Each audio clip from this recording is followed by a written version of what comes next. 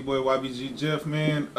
This chapter 29 of My Hero Academia, entitled Unaware, 9 out of 10 chapter off the rip. And this had a lot packed into it. I noticed it felt like it was a longer chapter than most of the chapters I've been reading. But I don't even know where to start. Yet, first, Ida has a redeeming moment. And I've been saying Ida's trash for a minute, and so I'm going to start right there. And give credit where credit's due. Ida has a secret technique called reciprocal burst, where he turns his RPMs all the way to the max and basically has like an explosive shot of speed that stalls his engines afterwards. But it's a good burst technique that, kudos to him for saving this until now, because this was the perfect moment to use it. And I don't feel like that's just pulling plot out to challenge Midori as a character by Horikoshi either. It was about time for Ida to have a moment where we see not even pure development, but we see a moment where Ida feels important to the story again.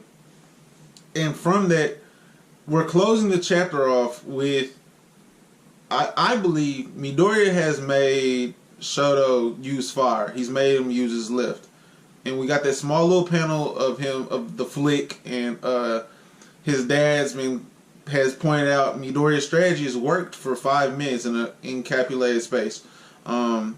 We've got this circled space that Shoto has created with his quirk, and within this circle is only those two teams, those two cavalries.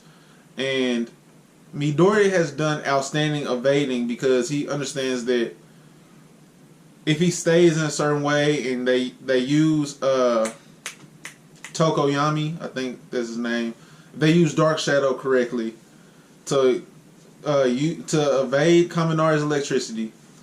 Momo is really not an attacker in this kind of instance because she still would have to use the weapons that she creates, but she's busy carrying. So she doesn't.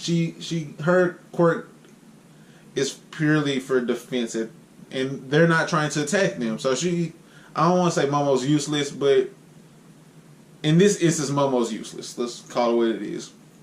And so they're staying to Shoto's left, challenge him to use fire, which he's sworn against using his fire up until this point. And for him to use ice across his body, where they're saying it would hit Ida, who's been carrying the cavalry. So it's been a beautiful strategy by Midori up to this point. And for 10 minutes of this 10-minute long battle, half of it they've been in this circle evading until Reposol Burst is used, where Todoroki gets to grab Midori's points. The moment where they're all in closing in and we see them turn the wheels. We see Shoto be a mastermind of strategy as well, where Kaminari electrocutes the field for the most part, unless you have insulation or a quirk that allows you to block it, or you're mobile enough to avoid the shock. Then you're caught in that, and then at that exact moment where they're stumbled from the electricity, Shoto freezes them in place. Which would really, in my mind, I'm like, okay, one of the teams that wasn't nearby, that didn't have this too, that was back from, that didn't have the points, they should have circled the ice right then and there and grabbed all the points away of anyone that was chasing Shoto and Midori.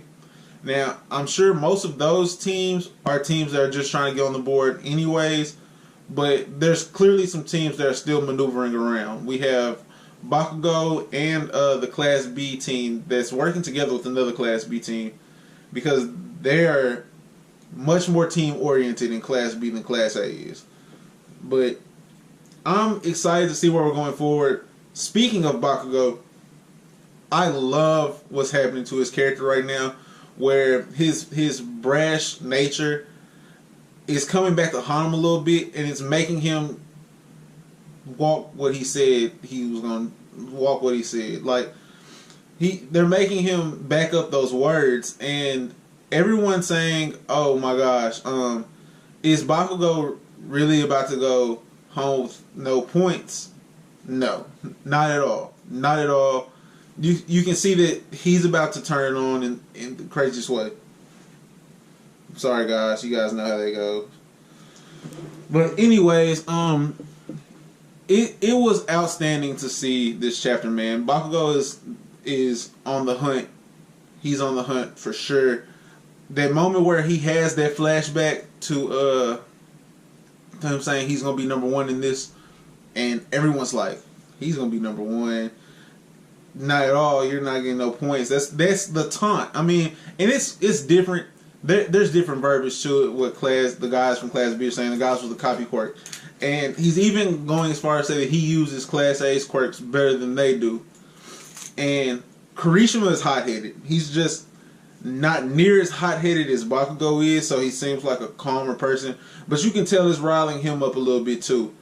And what's crazy is the guy from Class B, I need to figure out his name, honestly, but the Class B team, one of their people's like, look, don't add insult to injury here, because that'll come back to bite you. Like, you taunting them is only going to get them more worked up.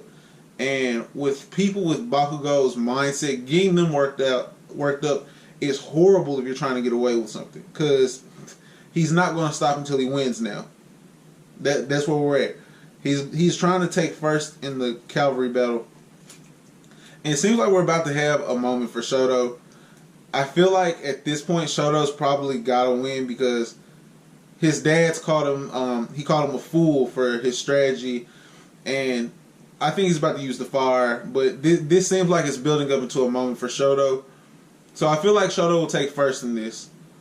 But that's only going to take Bakugou to another level, because he already, and I say respect loosely, he already respects Midoriya, because he saw Midoriya from point A to where he is now, and this is not point B.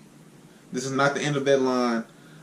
It's not even a midway section in my opinion, but he's seen how far Midoriya's already come, and while he's continually training to get better, Bakugou respects Midoriya at this point. But he also understands how good Shoto is. And for Shoto to have an accomplishment right after Midoriya had an accomplishment, my God, it's going to set Bakugou on fire. Literally, I know, like, explosion quirk, but he's going to be irate. So, Shoto is going to win this. That's what I'm calling that now. Shoto is going to come away with this, because it's pointing to it. You can clearly see it's pointing to it. His dad is calling him out, and we know that they have issues, and he's finally about to use fire, and Midoriya has already won an event, so he wasn't going to go back to back. Like, that's just not the way stories are written. He wasn't going to go back to back. But 9 out of 10 chapter for me, guys. Let me know what you guys think about who is having the best character moments in this tournament arc. Is it Midoriya, who's already came home with the unlikely W? Is it Shoto and his dad being there and us kind of figuring out some more about their relationship? Is it Bakugou and his quest to go be number one regardless of who he pisses off? Or is it someone else that's developing, like Ida or even Uraraka? We've gotten to see more about Uraraka's character and why Ochako is so driven to be a hero, to be able to go help her parents. And we don't really have like a money hungry character yet. Like, I feel like that's another shonen trope that maybe one of those people can develop into. But let me know that in the comment section below. Like, comment, share, subscribe. And actually, two questions today. Do you guys like the setup? It's continually evolving, man. We're getting this bed out soon, hopefully. It won't be today, so the next couple of videos you guys see from me, we'll still have the bed in, but hopefully soon the bed's gone. But besides that, guys, like, comment, share, subscribe again. 9 out of 10. One more time in case you guys didn't hear. YBG Jeff signing out.